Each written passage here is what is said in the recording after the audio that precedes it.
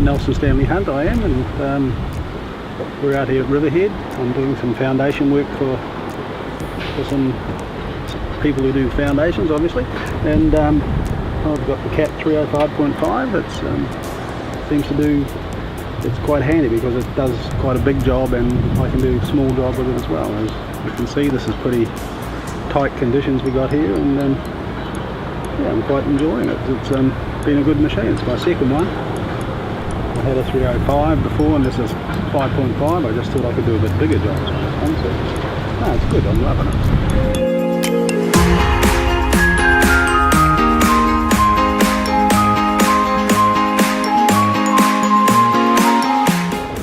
I haven't had a Cat before. I've had a lot of other types of machine, but I thought I'd try one, and I'm been pretty satisfied.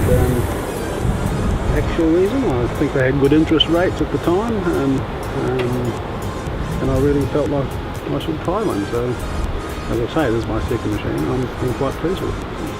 I feel it's a good, reliable machine. I suppose.